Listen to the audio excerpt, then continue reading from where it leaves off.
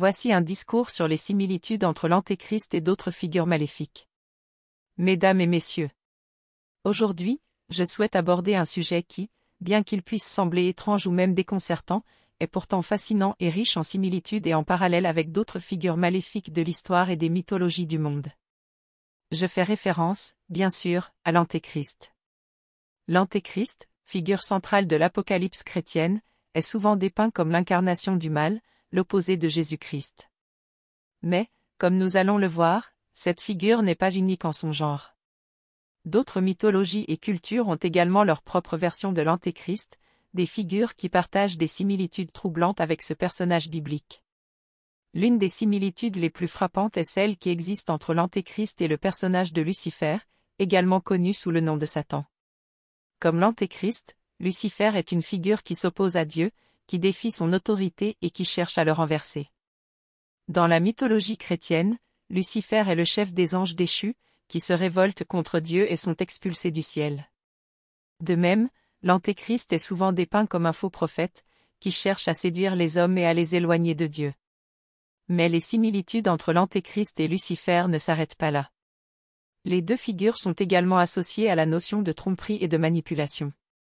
Lucifer est souvent dépeint comme un séducteur, qui utilise sa beauté et sa persuasion pour corrompre les hommes. De même, l'Antéchrist est souvent représenté comme un faux messie, qui cherche à tromper les hommes en se faisant passer pour le Christ.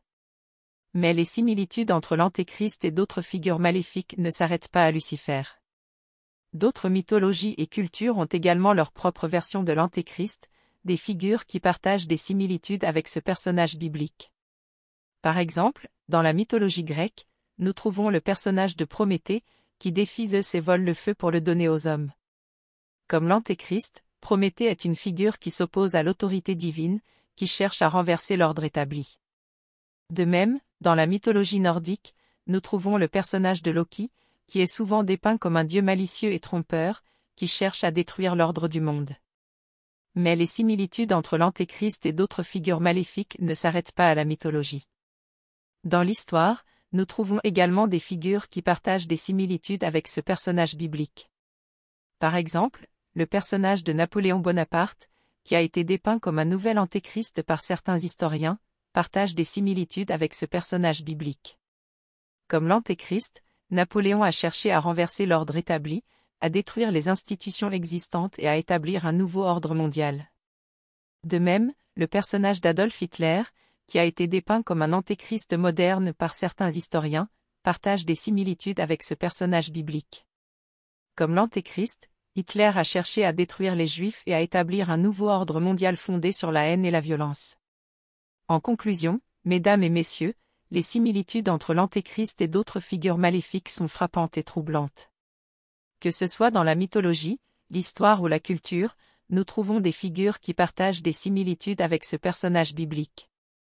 Ces similitudes nous rappellent que le mal est une force puissante et destructrice, qui peut prendre de nombreuses formes et qui peut être présent dans différentes cultures et à différentes époques. Mais ces similitudes nous rappellent également que le mal peut être vaincu, que la bonté et la justice peuvent triompher sur la haine et la violence. En comprenant les similitudes entre l'Antéchrist et d'autres figures maléfiques, nous pouvons mieux comprendre la nature du mal et nous pouvons nous préparer à le combattre. Nous pouvons nous rappeler que, comme le Christ a vaincu le mal, nous pouvons également vaincre le mal en nous tournant vers la bonté, la justice et l'amour.